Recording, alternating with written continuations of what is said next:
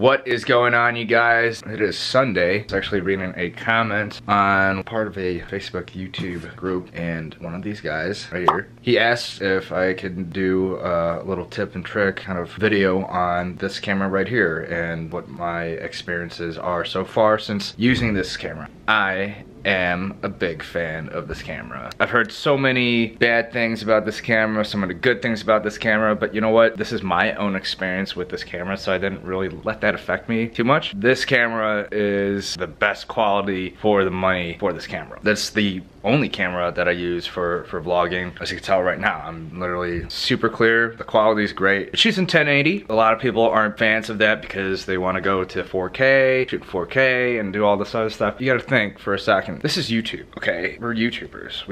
You can go and do 4K and make your stuff super crazy awesome with the quality, but I mean, no one really cares, I guess. I don't. Maybe now I am, but still, I'm not focused on that. I'm focused about the storyline. I'm focused about what the content is with the vlog or with the YouTube video. That's what I'm looking at. Doesn't have to be over the top. This is not over the top. I'm literally just doing this with my hand right now, camera in my hand. So I'm gonna switch to my other camera and we're gonna take a look at this. All right, you guys, so this is the Canon G7X in the flesh. It has the 8.8 to 36.8 millimeter lens. It's a slow zoom, so let's pop it open real quick so you can see how it zooms.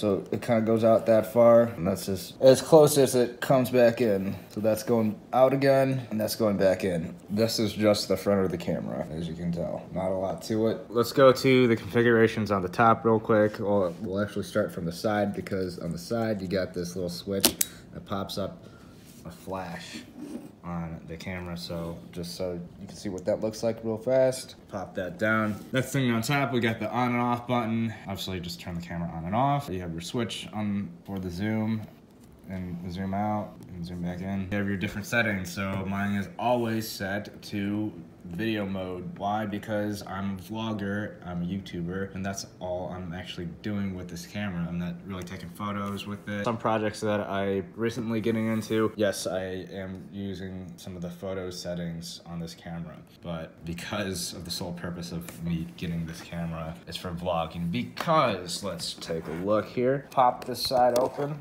and that screen comes right up. Why? Because you need this screen right here to center yourself, make sure that you're in frame and just not all unfocused, and which is cool because you can tap the screen because it's a touchable screen, so you can focus on stuff literally while you're in front of the camera. So it's pretty cool to have. Doesn't just flip up, it can flip down, it extends, so I can pull it out like that, and you can, so if you're trying to like film something that's like high up, or like you're in a crowd of people, you can pull it down actually a little bit further than that, and you can get over people's heads and whatever else. Or if you're doing like low angle shots and you gotta look at the screen, so if you're filming real low for some reason, you can flip that screen right up. Some tips and tricks with this camera regarding, let's go into exposure. So it's really not that dark in this room, but as you can see on the screen of the camera, it looks pretty dark. So I use the exposure here, the ISO. I kind of crank it until I get the look that I want. Not blow out my footage completely, but just enough. So if I don't have lighting, you could just bump up that ISO just a hair, and it's not gonna blow out the quality. A lot of the times I'm actually filming in darker areas just because it's usually late at night, so I kind of bump that up and I try to find the best natural light, sort of looking natural light as possible to film in, and that's what I do. And then when you're outside, just kind of bring it back to zero, and I interchange it too. So I'll be walking and maybe I'll have to go under something that's a little bit darker, kind of just crank it up just a hair and just keep talking, or like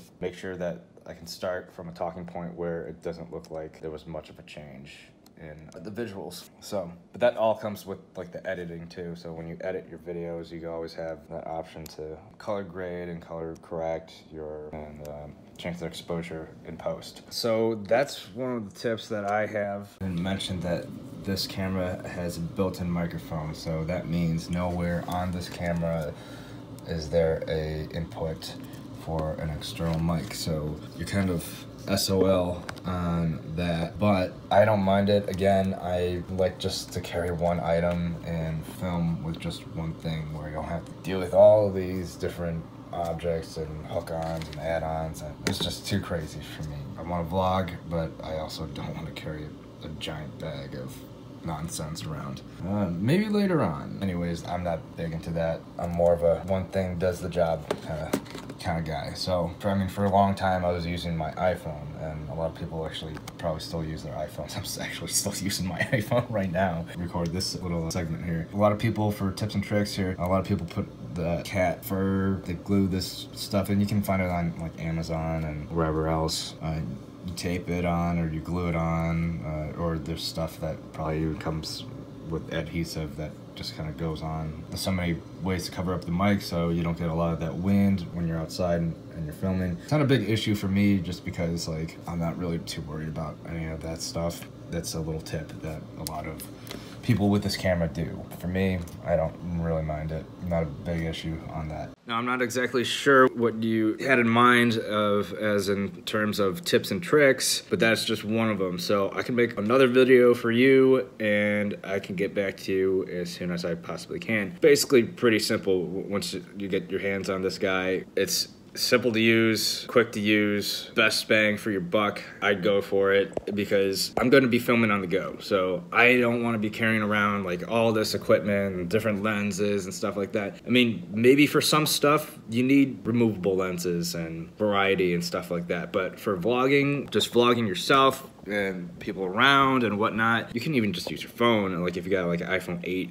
or whatever, but bump up that quality just a little. It's nice. It's nice to have. You don't have to worry about storage on your phone and deleting storage on your phone. You got a separate storage right here. You got a memory card in the bottom with the battery. Just flip that open and flip that closed. There's so much this little thing can do.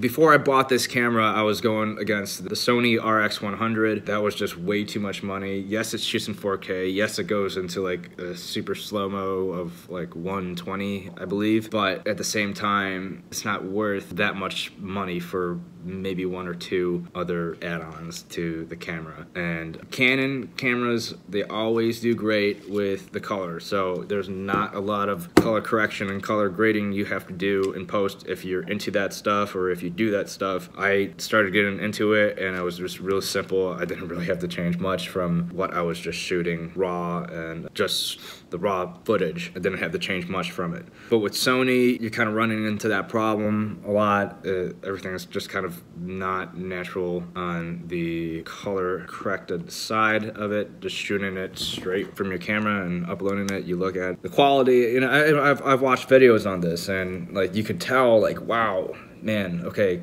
Canon really blows the color quality, color correction out of the water comparative to Sony. So, I mean, I just went with this guy. This guy is, we'll see how it goes, and it's been the most reliable thing that I have that I use for my vlogs and any other videos that are up on the channel. Hopefully this kind of gave you some information. This video may be kind of long, but this is just my take on the camera itself. So this is the Canon G7X. Hopefully you pick one up yourself or test it out at the store and see what you like and what you don't like. If you want to have interchangeable lenses, I would go for, you can still go Canon, maybe like a 70D, 80D, any of those, any Canon would work.